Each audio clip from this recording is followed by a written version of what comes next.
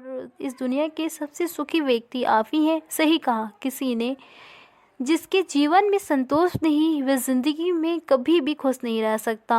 उसको बेचैनी रहती है, उसको कितना भी दे दो उसका मन कभी नहीं खुश रह सकता। आज की कहानी बहुत ही ज्ञानवर्धक और महत्वपूर्ण होने वाली है।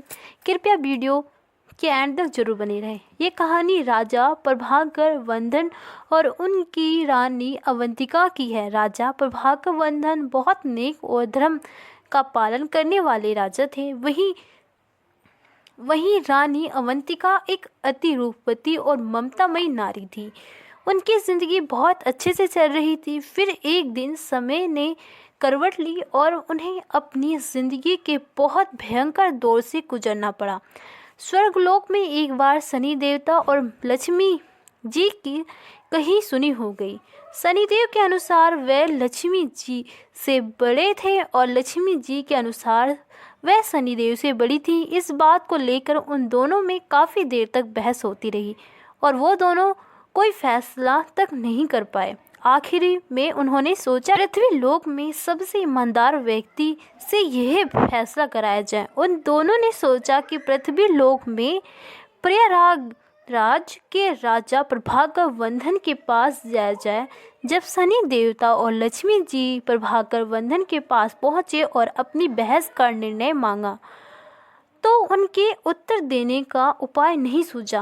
अंत में उन्होंने दोनों से 15 दिन की मोहलत मांगी। यह सुनकर शनि देवता और लक्ष्मी जी चले गए, परंतु वह कह गए कि वह अपने झगड़े का फैसला सुनने 15 दिन के बाद जरूर आएंगे।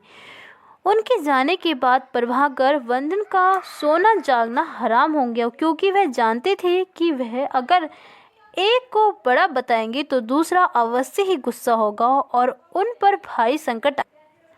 उनको चिंता में देखकर उनकी पत्नी अवंतिका ने चिंता का कारण पूछा। जब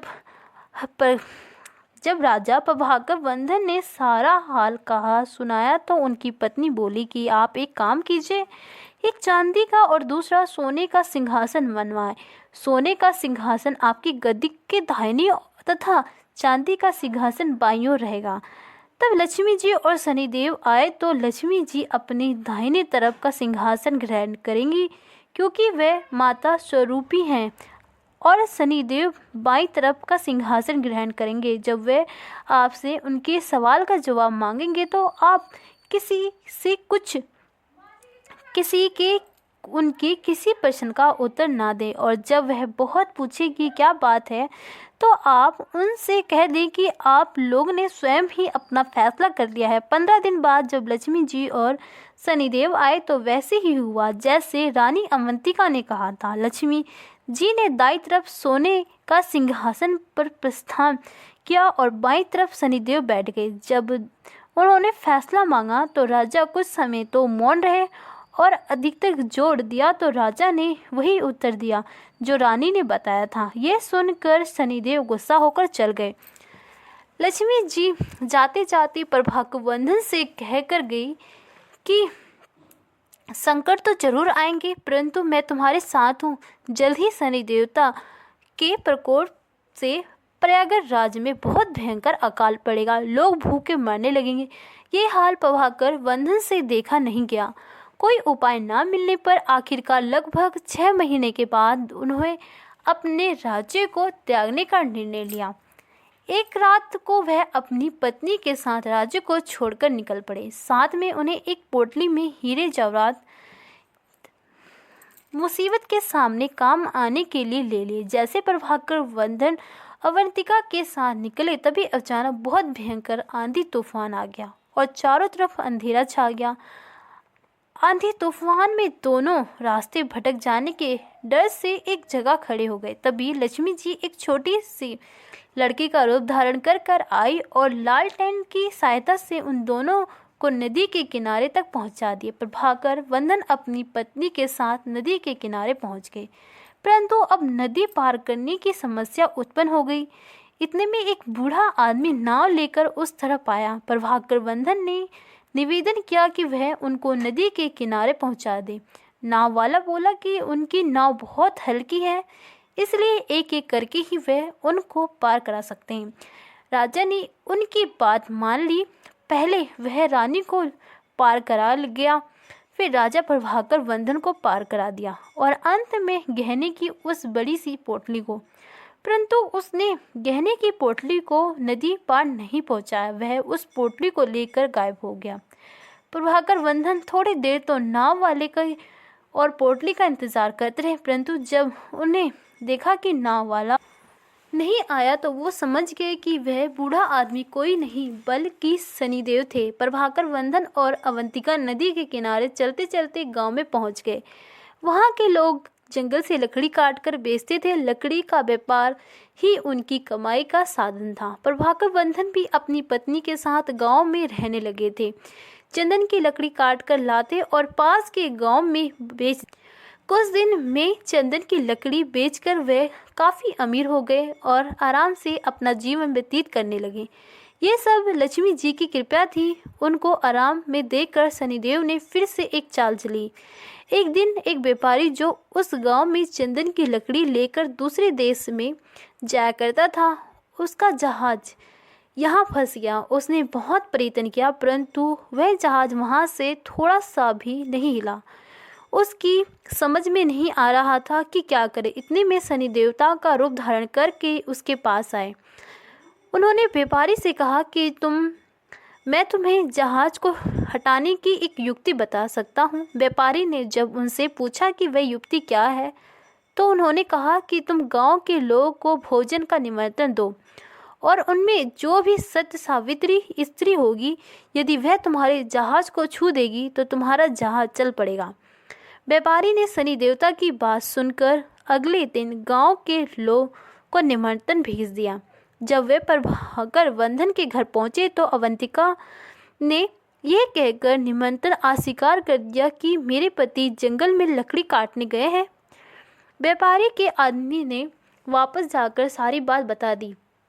व्यापारी समझ गया यह औरत पवित्रता और यही उनके जहाज को निकाल सकती है। वह शाम को फिर उसके घर गए और उस समय प्रभाकर वंदन घर पर ही थे। उसने निमंत्रण स्वीकार कर लिया। जब व्यापारी ने प्रभाकर वंदन और अवंतिका से कहा कि वह जहाज को छुड़ा दें जिससे वह निकल सके, प्रभाकर वंदन ने कहा कि ठीक है, वह समय पर आ जाएंगे। प्रभाकर वंदन और उनकी पत्नी जहाज के पास गए और अवंतिका ने अपने पति के कहने पर जहाज को छू लिया और जहाज हिलने लगा। ये देखकर व्यापारी के मन में पाप जाग गया कि क्यों ना मैं इसको अपने साथ ले चलूं। यदि जहाज फिर से फंस गया तो वह छुटाकर उसे हटा सकता है।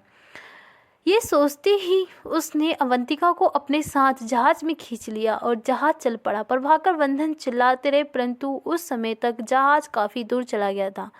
अवंतिका अति रूपवती थी। उनको देखकर व्यापारी के मन में पाप जागृत हो गया। उसने अवंतिका के सम्मुख उसे अपने पति बनाने की इच्छा जाहिर की, पर रानी ने उसे साफ मना कर दिया। अपनी रानी के रूप पर मोहित हुए व्यापारी अब हर समय उसके पीछे पड़ा रहता। अवंतिका ने व्यापारी की छेड़छाड़ से तंग आकर सूर्यदेव से प्रार्थना की कि उसको अपनी सत्यवती की रक्षा करने के लिए कोट दें। उसकी प्रार्थना सूर्यदेव भगवान ने सुन ली और उसका शरीर कोट से विकृत हो गया।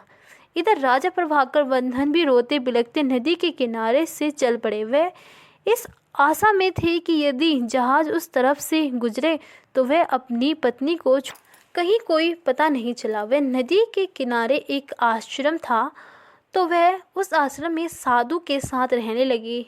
वहाँ पर साधु की सेवा करते, गाय को चारा देते और गायों के गोबर को उपला बनाते। वह उपले लक्ष्मी जी की कृपा से सोने के हो जाते। इस प्रकार कुछ दिन में उसके पास ढेर सारे सोने की ईंट हो गई। एक दिन वही व्यापारी जो प्रभाकर वंदन की पत्नी को लेकर गया था, उसका जहाज वहां पर आया था। प्रभाकर वंदन ने व्यापारी को पहचान लिया, परंतु व्यापारी ने उनको नहीं पहचाना। उसने प्रभाकर वंदन को ईंट दिखाकर कहा कि यदि व्यापारी उसको साथ ले चले तो वह सोने की ईंट उसे दे देगा। व्यापारी ने सोने की ईंट के लालच में अपने जहाज में बैठा लिया। जब जहाज चल पड़ा तो कुछ ही दूर जाने पर व्यापारी ने प्रभाकर वंदन को पहचान लिया था। फिर व्यापारी ने प्रभाकर वंदन को नदी में धक्का दे दिया। प्रभाकर वंदन की चीख पुकार अवंतिका को सुनाई दे गई। उसने एक कांटे का टुकड़ा समुद्र में फेंक दिया। उस कांटे के टुकड़े के सहारे प्रभाकर वंदन एक किनारे पर पहुंच गए, जहां आते जाते जहाज से कामगारों ने उसे देख लिया। उसकी मदद की जाने अनजाने व्यक्ति को वहां देखकर वहां कारीगरों ने उसे पूछा, वह कौन है और कहाँ से आया है? तो प्रभाकर वंदन ने कहा कि वह एक अति दुखी आदमी है। वहां के लोग उसको राजा के पास ले गए। राजा ने परिचय मांगा तो प्रभाकर वंदन ने बताया कि वह एक दुखहारी व्यक्ति है जो ऐसे दर दर भटकता है। उसने राजा के सामने दया याचना की कि कोई छोटा मोटा काम देने की मांग की। राजा भी एक दयालु व्यक्ति था। उसने उसे वहां के बगीचे का माली बना दिया।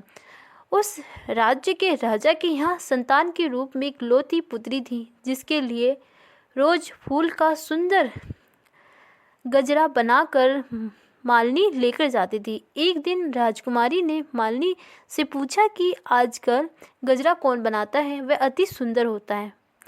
मालिनी ने राजकुमारी को बताया कि एक नया नौकर है जो गजरा बनाने आता है। राजकुमारी ने उसने देखने की इच्छा प्रकट की। जब उसने राजा प्रभाकर वंदन को देखा तो वह उस पर मोहित हो गई और प्रभाकर वंदन से विवाह करने की हट पकड़ ली। राजा ने बहुत मना किया, परंतु जब राजकुमारी नहीं मानी तो उन्होंने लाचार होकर दोनों का विवाह करा दिया और जंगल में एक मकान रहने को दे दिया। कुछ दिन बीते तो प्रभाकर वंदन ने राजकुमारी से कहा कि ऐसे बेकार बैठे रहकर मेरा मन नहीं लगता। तुम अपने पिता से कहो कि मुझे जहाज की चुंगी का ठेका दे दे। राजकुमारी ने अपने पिता से यही प्रस्ताव रखा तो राजा ने प्रस्ताव स्वीकार कर लिया। प्रभाकर वंदन अब आने वाले जहाज से चुंगी लेते। ऐसे ही 4 वर्ष बीत गए। शनिदेव का प्रभाव अब खत्म होने को आया था। एक दिन व्यापारी का जहाज वहीं आ गया। प्रभाकर वंदन ने उस जहाज को रोज के लिए रोक लिया और उसे वहां से जाने नहीं दिया। व्यापारी क्रोधित हो गया और राजा के पास शिकायत लेकर आ गया और विनती की, महाराज, जो भी आपका कर है वह मैं हमेशा अदा करता हूँ, फिर भी मेरा जहाज क्यों रोका गया है? राजा ने जब प्रभाकर वंदन से पूछा कि वह व्यापारी के जहाज को क्यों नहीं जाने देते तो प्रभाकर वंदन ने बताया कि महाराज, इस व्यापारी के पास मेरी सोने की ईंट है जो इसने मुझसे चुराई है। जब प्रभाकर वंदन ने व्यापारी से अपनी सोने की ईंट की चोरी की बात राजा के सामने रखी, तब राजा ने प्रभाकर वंदन से पूछा, क्या तुम्हारे पास इस चोर का कोई परिणाम है? इस चोरी का कोई परिणाम है? प्रभाकर वंदन ने सिर झुकाकर कहा, महाराज, मेरे पास कोई परिणाम नहीं है। प्रभाकर वंदन का सिर झुका देखकर व्यापारी अपनी बात को और अधिक पुष्टि करने लगा।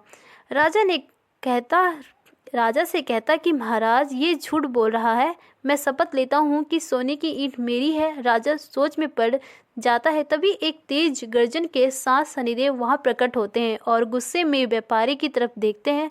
उन्हें कहा, सत्य और धर्म के साथ खिलवाड़ करने का, कर्ज चुकाता करने का अब तुम्हारा समय आ गया है। शनिदेव व्यापारी के पास जाकर उसकी आंख में देखते हैं और अचानक व्यापारी जमीन पर गिरकर कांपने लगता है। वह पसीने से तड़पा होकर चिल्लाता है, मुझे माफ़ कर दो, मैंने झूठ बोला था, ये सोने की ईंट मेरी नहीं। इतने कहने के बाद व्यापारी के शरीर से एक अजीब सा धुआं उठा और वह वहीं पर राख में बदल जाता है। राजा और दरबार के लोग आश्चर्यचकित रह जाते हैं। किसी को समझ नहीं आता कि क्या हुआ।